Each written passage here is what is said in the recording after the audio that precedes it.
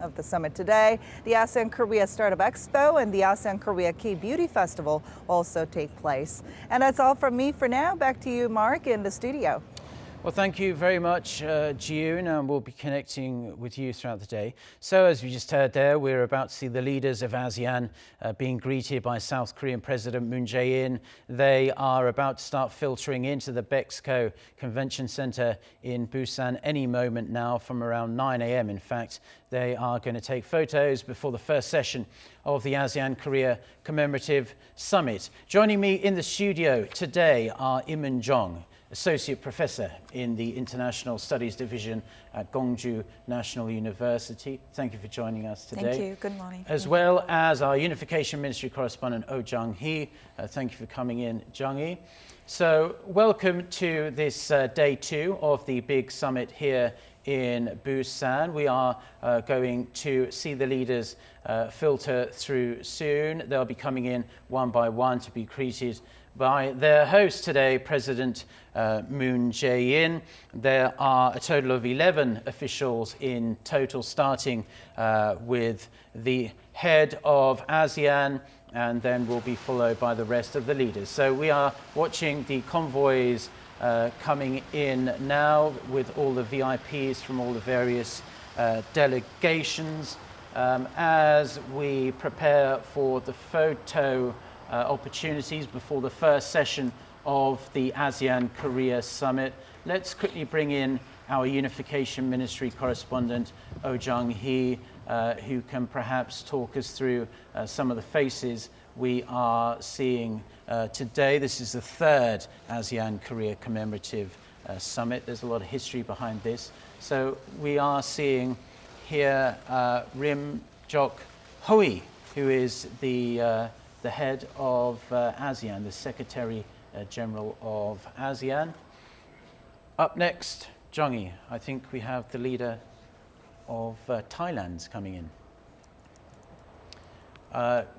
That's according to the schedule anyway, but President Moon Jae-in is waiting there patiently as the leaders will start coming in. This is due to last around 15 minutes or so. Obviously, they have to time the entry of these leaders very carefully, given the security aspects. Busan is pretty much on lockdown for the duration of this summit. Professor Im, while we're waiting for the next convoy to swing by, what are your thoughts about the significance of this summit being held in Busan this year?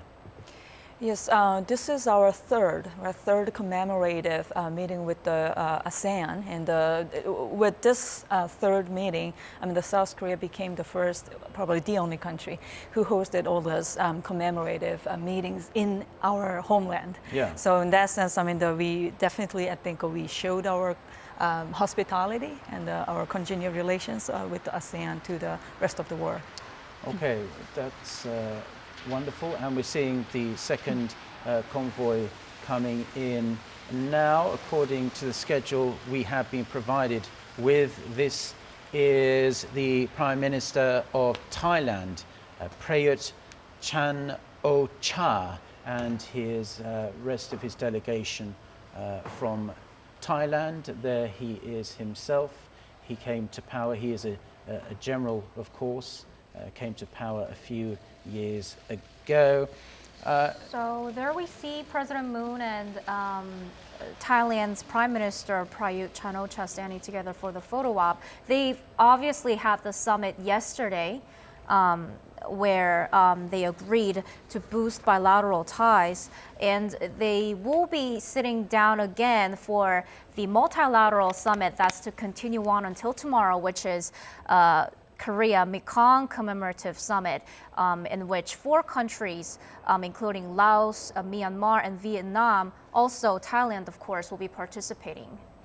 Yeah, that's going to be a big part of this summit process as well. It's the first Mekong Republic of Korea summit to ever take place, and it's really going to be centered on how the two sides can focus on peace and prosperity, as well as paving the way for mutual growth between the two sides. Quite a rainy day there in Busan, unfortunately, but still, at least you know, the weather, apart from that, isn't that bad. Bringing you back in, Professor Im, while we await the next convoy, which I believe is from Vietnam. Quickly, where do you think relations stand today after 30 years of ties between South Korea and ASEAN? The relations between the ROK, Republic of Korea, and the ASEAN, those 10 countries, it has been substantially increasingly growing over the 3 decades. Compared to probably the relations between Japan, for example, Japan and ASEAN, it might have been older, and it might have been, for some senses, deeper, more comprehensive. But within this only 3 decades, I mean, South Korea, again, I think, showed a really significant contribution to the region. The friendship between the two has been, again, dramatically grown up. Okay, and now we are looking at the Prime Minister of Vietnam getting out of his vehicle, Prime Minister Nguyen Xuan Phuc. He is about to meet with President Moon Jae-in. Big growth economy there in Vietnam. They have an economic growth record most countries would be extremely envious of. So Korea surely looking to build up ties with Vietnam. So we see the leader of Vietnam go into the conference hall. Next up will be the Sultan of Brunei, Jung-hee. So this is the 3rd summit of this type. What do you think about the meaning of this yourself after I asked a similar question to the professor? Well, it's been 30 years since South Korea and ASEAN established dialogue partnership. They first established a sectoral dialogue partnership in 1989, and since then 30 years have passed. So this commemorative summit we have in Busan has a significance because the two sides are both celebrating their 30 years of ties, which is obviously going to head towards establishing a strategic partnership in the near future. Okay, we're looking at the Sultan of Brunei. As I said, Hassan al-Bolkiah is his name. One of the wealthiest men in the world. The Sultan, Hassan al-Bolkiah, has had a summit with President Moon on 2 days ago, a couple of days ago actually, at the presidential office in Seoul, and he actually flew his own private jet to Busan himself. Wow, He okay. actually used to be the pilot at Brunei's Air Force, so apparently we know that he took his private jet and he flew it by himself. Okay, well, they're coming in thick and fast now. Now we have the representative from Cambodia. He is the foreign minister and deputy prime minister. The actual prime minister, unfortunately, had a family matter that he had to deal with at home. So that gentleman there will be representing Cambodia at the summit today. And he, of course, will be involved in the Mekong summit when that takes place as well. So as we look at the pictures there, the next delegation due to arrive is Indonesian President Joko Widodo. A huge economy, of course, in Southeast Asia, massive population.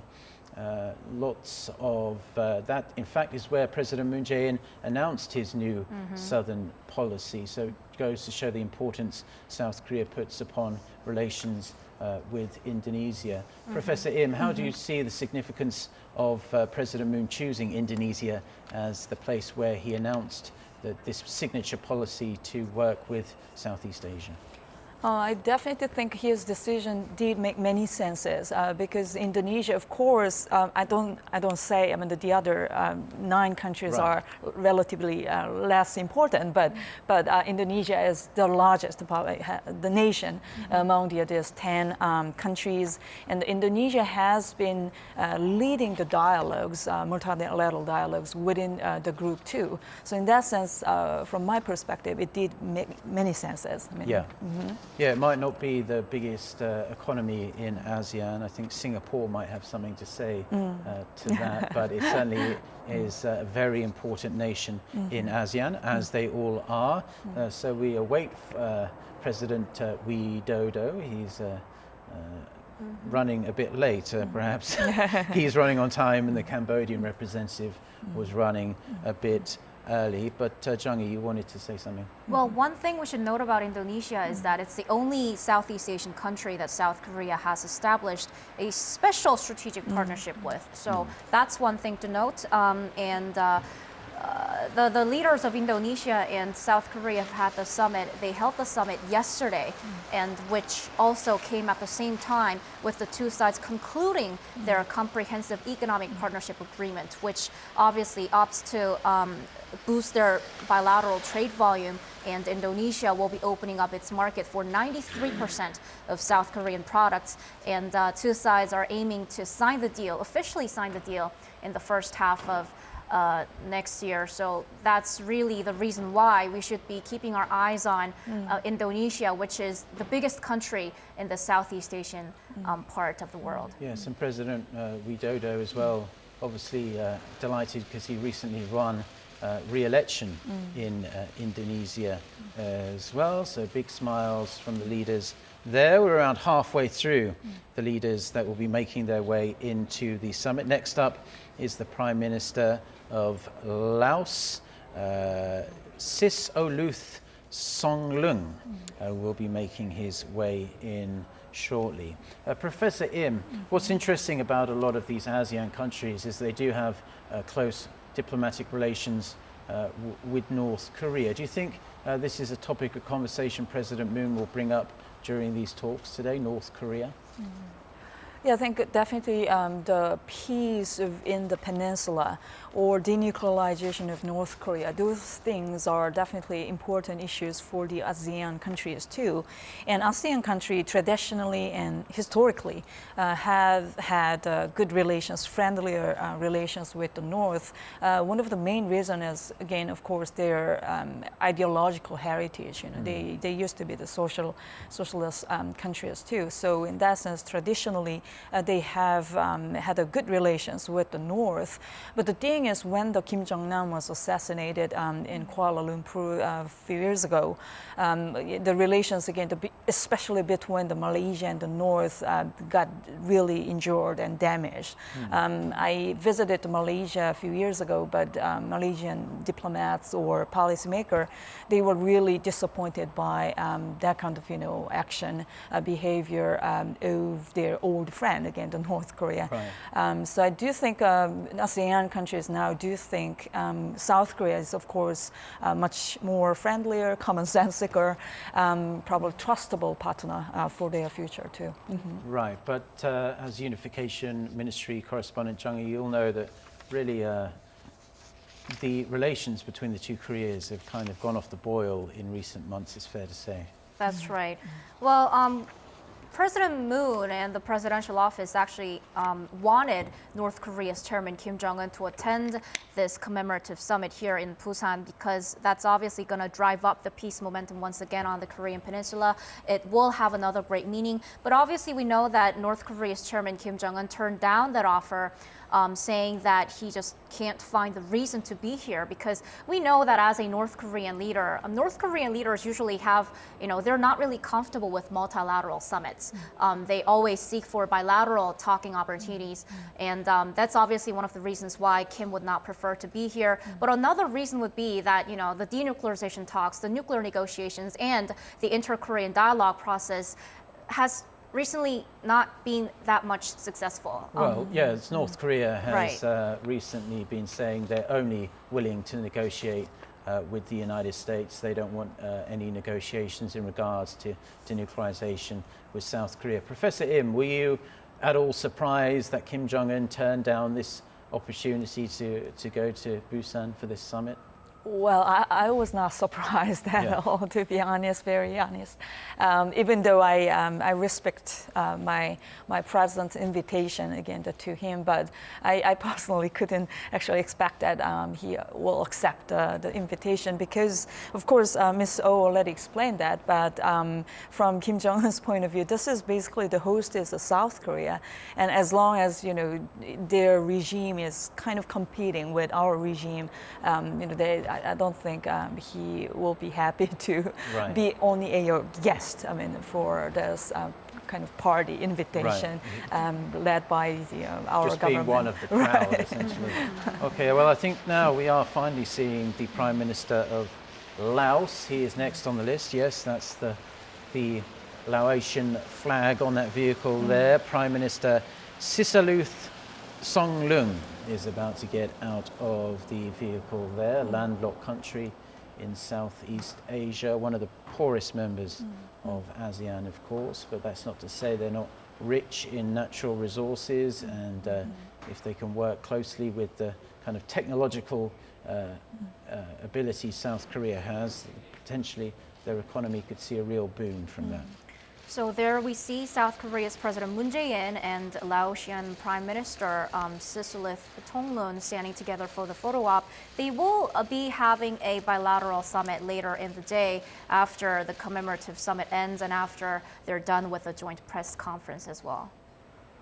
Okay, well, he left President Moon hanging a little bit longer than the other leaders. Next up is going to be the Prime Minister of Malaysia, Prime Minister Mahathir Mohamad, another big important country in Southeast Asia. What's interesting, Jung-hee, is that President Moon Jae-in is the only South Korean leader to have visited all of the ASEAN countries since he came to office, and he's only just past the halfway point of his 5-year term. That is true. Since November 2017, President Moon Jae-in has he completed visiting all 10 Southeast Asian countries. That's after he proclaimed his new southern policy in Indonesia, saying that he will boost ties with Southeast Asian countries. President Moon obviously thinks that these ASEAN countries are very much significant in terms of bilateral ties, especially because the countries have ties not only with North Korea, of course, but the countries there are very much dynamic. They have young population. Their economic growth rate is very rapid, fast-paced growing economies there. So that's why President Moon wants to boost economic cooperation with these countries. So I think we have to definitely deal with President Moon's New Southern Policy. New Southern Policy aims to strengthen South Korea's ties with Southeast Asian countries to the level that South Korea has ties with the nearby 4 countries, and that is the United States, China, Japan, and Russia, in terms of a wide range of areas, from not only politics and economy, but also to social exchanges and cultural exchanges. Well, it's important to note as well that there are tens of thousands of students from Southeast Asian nations studying here in South Korea, and potentially they could be the leaders of the future and take their experiences back home with them. So we are looking at the Malaysian delegation pull in now. Malaysia is an up-and-coming country in Southeast Asia. There's no denying that. There has been a recent history of corruption, of course, which has gripped the country. In fact, that's Myanmar. Yes. That's a state councillor, Aung San Suu Kyi, the only woman leader at the proceedings today, not without controversy herself, but she was a former Nobel Peace Prize winner, of course. So good to see her making her way into the summit venue. Perhaps now we are looking at that appears to be the Malaysian flag, yes. So the Myanmar leader came in ahead of schedule, and now we're looking at the Prime Minister of Malaysia making his way into the venue, and then after him we'll have 2 more. The President of the Philippines, Rodrigo Duterte, and then Singapore Prime Minister Lee Hsien Loong will be coming in. Okay, there's the Prime Minister of Malaysia, wrapped up nice and warm. Perhaps he's not used to the cold temperatures we have here in South Korea at this time of the year. But we're getting close to the point where this summit is going to start. Jung-hee, if you can just walk us through perhaps where the areas where South Korea and ASEAN are really cooperating. It isn't just trade, it's a whole bunch of issues, correct? That is true. I mean, in terms of trade, ASEAN is South Korea's second largest trading partner because as of 2018, between the trade volume between South Korea and ASEAN amounted to 160 billion US dollars. And ASEAN is also Korea's third largest investment destination. So that is South Korea is investing a lot into Southeast Asian countries, the total amounting up to $8.6 billion in 2018. These two sides have a lot of areas to work together on, not only in terms of, North Korea, not only in terms of setting peace on the Korean Peninsula, but also, they're expanding people-to-people exchanges. ASEAN countries are the most popular travel destinations for Koreans. The number of mutual visitors stands at 11.4 million. That's when we speak of the year 2018. And also, we have to note how Korean language and the K-pop is gaining a lot of popularity in Southeast Asia. I know that there's like K-pop concerts in Southeast Asia, and a lot of teams, like hundreds of teams are, participating in the contest to, show off their dance moves, And not only that, but we also have to note the part of development experience. South Korea has been very much proactive to share its development experience with Southeast Asian countries. Korea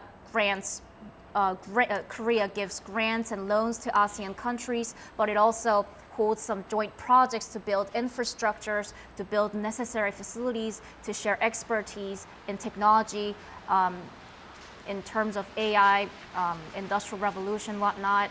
So we have a variety of areas where South Korea and ASEAN countries are cooperating in. Okay, we can see the Singaporean flag on that motorcade. So this is the leader of Singapore. So the final leader to come today will be the leader of the Philippines.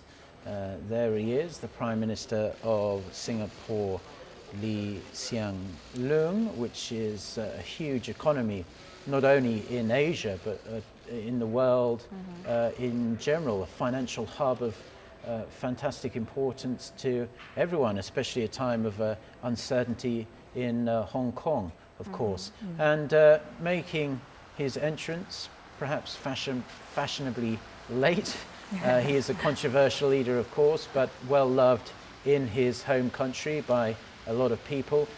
Does have some rather controversial policies, however, but Rodrigo Duterte is making his way into the summit venue. Professor Im, what do you make of how South Korea should approach relationships with Philippines at this time?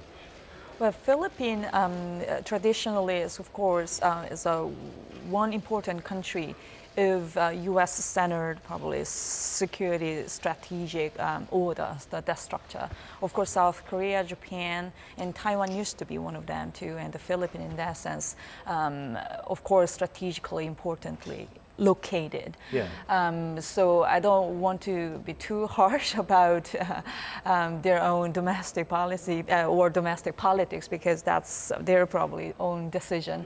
But strategically speaking, I would say Philippines, that location and its potential for the future developments are definitely important for South Korea too. Absolutely, yes. He is the democratically elected president of the Philippines. So the people there chose him because they like his policies, and we respect the people of the Philippines for their choice on that matter. So President Moon is escorting the leader of the Philippines into the summit venue. We're about to see this first session of the ASEAN Republic of Korea Summit 2019 Commemorative Summit, 30 years of ties between the two sides. So this is a huge deal, wouldn't you say, Professor Im, for both sides here, this summit here in Busan? Yes, again, as I said earlier, this is our third time to have the commemorative meeting summit with the ASEAN countries. The second time also, the venue was Busan. The first time, of course, it was Jeju. But Busan is President Moon Jae-in's hometown too. So in that sense, in many senses, probably this venue can be attractive to the ASEAN visitors too. Mm-hmm. Right. So it appears we're awaiting what will be a group photo of the leaders before they head inside to talk business. But Jung-hee, bringing you back in before I get Professor Im's analysis on the situation, can you just walk us through what exactly President Moon Jae-in's new Southern policy is? Because this really is a signature policy for his administration now.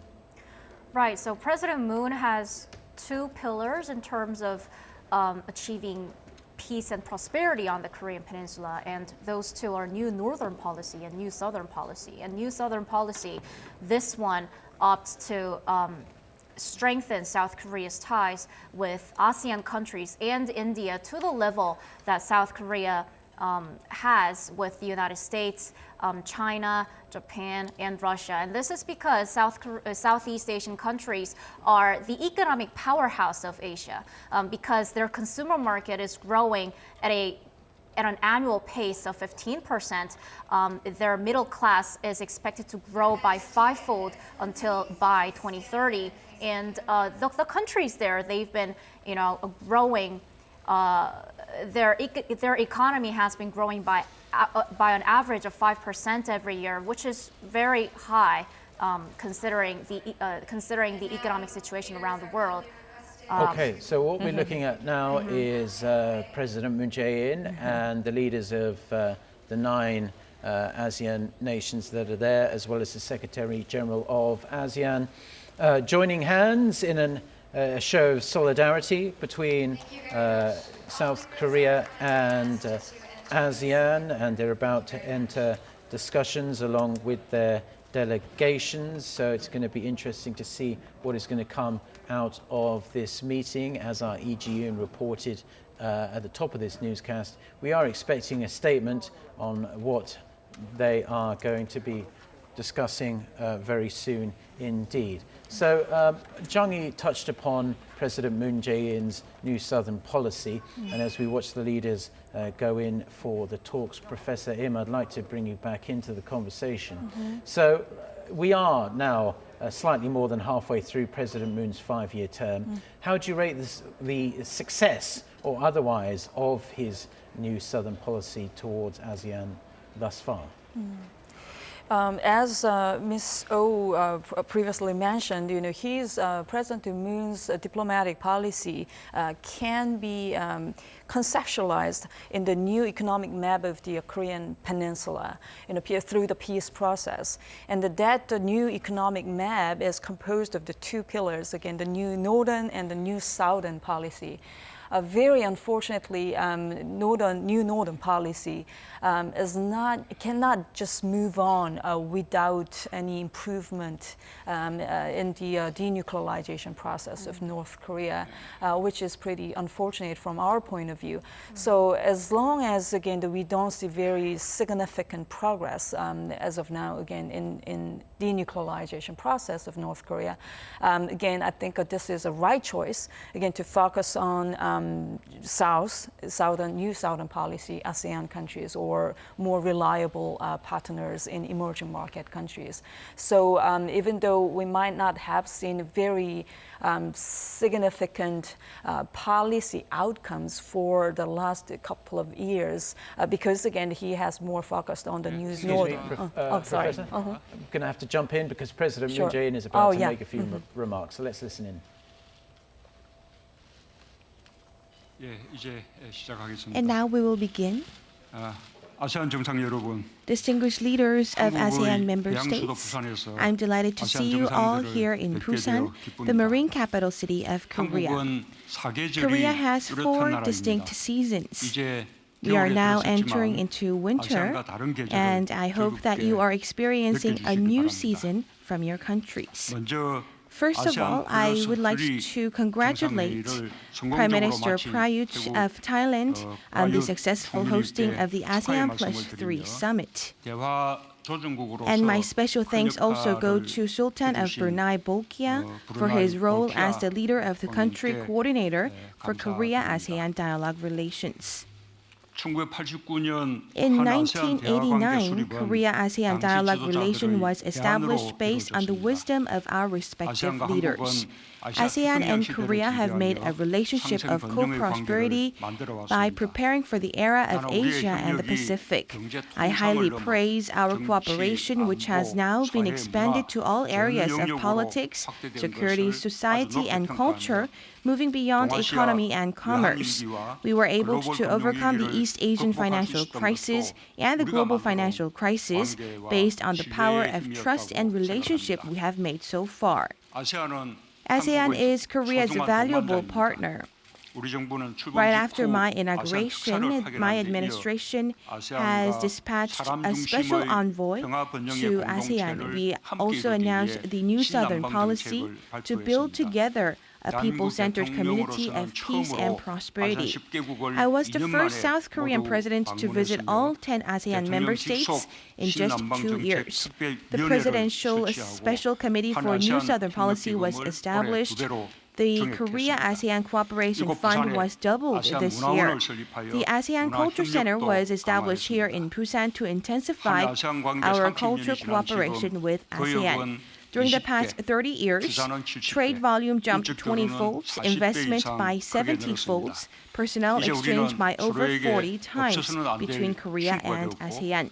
Now we have become indispensable friends, and we are materializing our dreams one by one together. An inclusive and sustainable world is now dependent on the cooperation of Asia. Our goal will be the hopes for all humanity going beyond Asia. Based on the past achievements that we have made so far, I sincerely hope that we can open the door for new cooperation towards the future.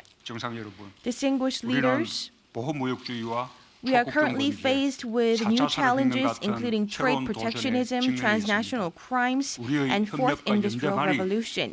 We can overcome such challenges only with our cooperation and solidarity. In particular, no one knows for clear what future the fourth industrial revolution era would bring. We need to further strengthen our cooperation and solidarity. In the next 30 years ahead, we need to intensify our relationship and become a mutual community through which we walk towards peace together and prosper together. The 21st century is an era for Asia. The Asian spirit of inclusion of nature, people, and nation is the wisdom that can be shared with the rest of the world. When Korea and ASEAN, who share such spirit, come together as one, we can definitely transform challenges into new successes. Busan is the gateway where the continent meets the sea. I hope that ASEAN and Korea can become one here in Busan. Thank you very much. And next, I would like to invite the chair of the ASEAN and the co-chair of the Korea-ASEAN Commemorative Summit, Prime Minister Prayut of Thailand. Thank you. President Moon Jae-in, Your Majesty. ในโอกาสการครบรอบ 30 ปีความสัมพันธ์อาเซียนสาธารณรัฐเกาหลีในปีนี้รู้สึกยินดีเป็นอย่างยิ่งนะครับที่ได้กลับมานครปูซานและเป็นเกียรติที่ได้เป็นประธานร่วมกับท่านประธานาธิบดีบุญในการประชุมวันนี้อาเซียนนั้นมุ่งหวังที่จะส่งเสริมให้มิตรภาพและความร่วมมือระหว่างอาเซียนกับสาธารณรัฐเกาหลีมีความเข้มแข็งมากยิ่งขึ้นเมื่อ 5 ปีที่แล้วผมได้มาเยือนปูซานเป็นครั้งแรกในฐานะนายกรัฐมนตรีเพื่อเข้าร่วมการประชุมสุดยอดอาเซียนสาธารณรัฐเกาหลีสมัยพิเศษครั้งที่ 2ในปีนี้ได้กลับมาอีกครั้งหนึ่งที่นครปูซานผมชื่นชมนครปูซานในฐานะที่เป็นเมืองสะท้อนแห่งความสำเร็จของการเจริญเติบโตทางเศรษฐกิจและการพัฒนาที่ยั่งยืนของสหรัฐเกาหลีผมยินดีได้พบกับท่านประธานาธิบดีมุนอีกครั้งซึ่งเป็นครั้งที่ 3ในรอบ 2 เดือนกว่าที่ผ่านมาสำหรับหลัก 3P ที่เน้นประชาชนความเจริญรุ่งเรืองและสันติภาพภายใต้นโยบายมุ่งใต้ใหม่ Okay, well, we thought we might have some English translation of the Thai Prime Minister's comments, but unfortunately they seem to come as fast as seem to go as fast as they came. Unfortunately, it's a shame we can't speak Thai. Otherwise, we might have stuck with those comments a bit longer. But just to give you a wrap up of what President Moon had to say in his short opening statement, he said his administration has just deployed all these special envoys to the ASEAN nations. This goes to show how much importance he puts on the relationship. He says the world economy is facing some severe challenges, namely protectionism, which certainly is a big problem, as signified by the big trade war between the US and China at the moment. And he said as well, the 21st century is going to be an era of Asia. Professor Im, anything you could pick out of what President Moon might be thinking as he goes into this summit, given those opening comments? Yes, again, ASEAN's significance is becoming much more multidimensional compared to before, not only in terms of that kind of economic or cultural partnership, strategically too. ASEAN's that geostrategic location is getting increasingly important. But because, as you just said, U.S.-China rivalry is also getting more intensive, not only just trade war. For example, U.S.'s free and open Indo-Pacific vision versus China's that Belt and Road Initiative or string of pearl strategy. Those can be are competing. Those two are competing too. So having had that, again, the ASEAN's location in the middle of, again, the U.S. and China, geostrategically too, its meaning will be regarded by many other countries, will be regarded importantly. So definitely after this meeting, we are waiting for the joint statement. But I guess, the joint statement will be more like a comprehensive and a multidimensional too. Yeah, these statements generally don't get into the specifics so much like most of these multilateral diplomatic events. They just say much of the same kind of thing. We'll continue to work together. We'll strive to expand democracy and expand trade and prosperity and whatnot. Anything you could pick out of what President Moon had to say there, Jung-hee? Well, I think one thing we could note is that, it's been 30 years since South Korea and ASEAN have established their dialogue partnership. And what President Moon stressed is that their trade has grown by 20 times, the investment has grown by 70 times, and the people-to-people exchanges have grown by 40 times, which is very significant, right? Well, they have built their sectoral dialogue partnership in 1989, and since then they've upgraded that to a full dialogue partnership in 1991. Since then, they have signed the FTA. And I mean, once again, I have to say this, but ASEAN is a very important partner to South Korea. Of course, in terms of building, peace on the Korean Peninsula, and that they all have diplomatic ties with North Korea. But again, I have to stress that ASEAN is the economic powerhouse in Asia. Their consumer market is growing by 15% annually. They have a young, dynamic population. Their average age of population is actually 30, which is pretty noteworthy, right? And their average Some of the countries are actually much lower than that. Right. Some are like 24, which is significant. And another thing we got to note is that their annual GDP growth rate is like 5%, which is, again, significant.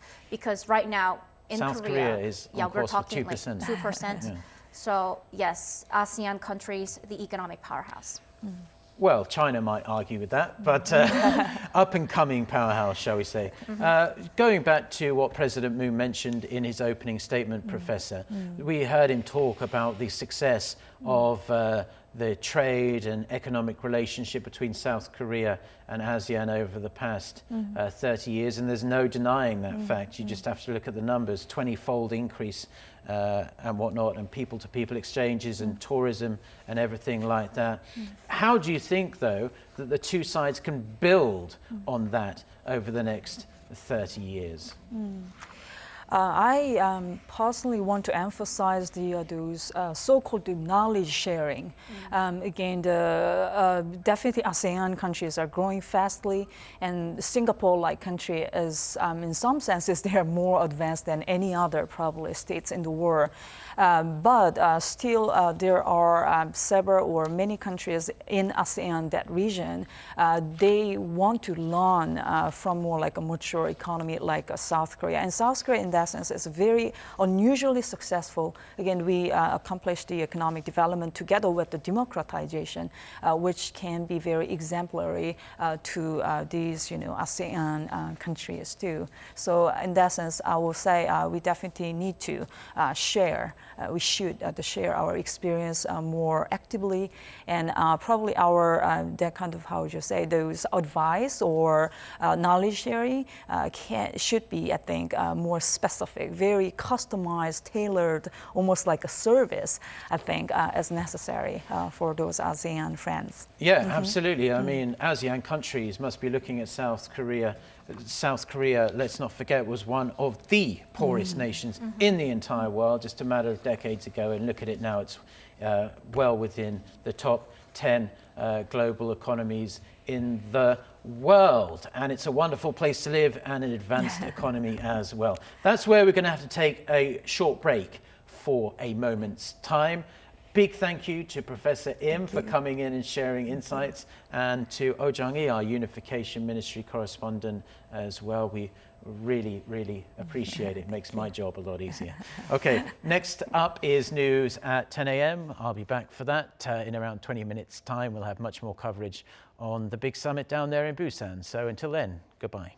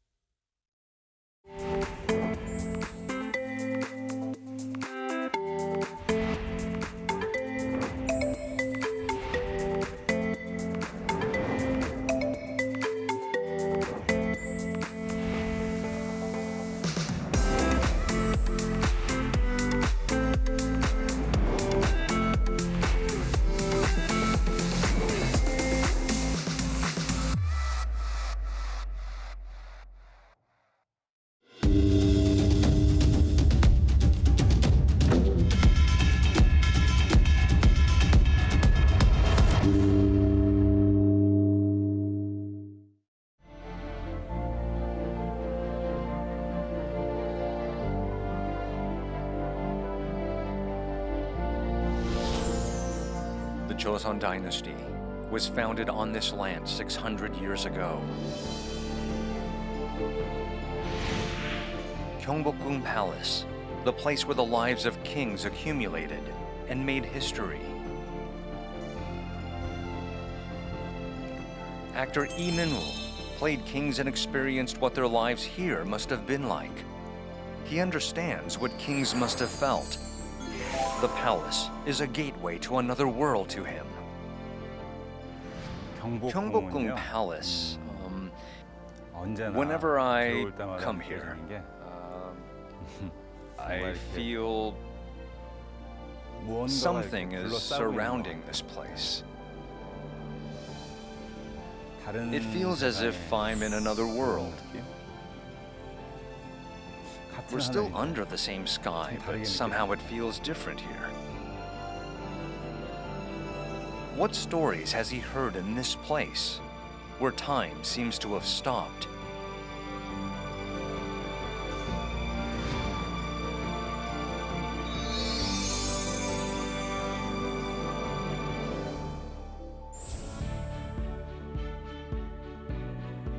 Gyeongbokgung Palace was the Joseon dynasty's main palace and witnessed its rise and fall over the 500 years of its history.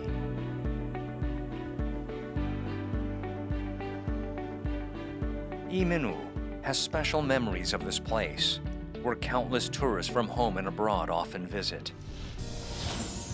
Lee Min-woo is an actor who debuted at 5 years of age and has been much loved by fans. His ties to this palace go way back. If I add up all the days I've worked here in the palace, it would come to 700 days. Ever since I was 5, I came here to Jang-deokgung and Gyeongbokgung palaces. They said, walk from there, then I do that. Say father and start running, then I do that too. It's a bit confusing. Yeah. This place feels like home, rather than my place of work. As his acting skills grew and matured, so did his love of Gyeongbokgung Palace.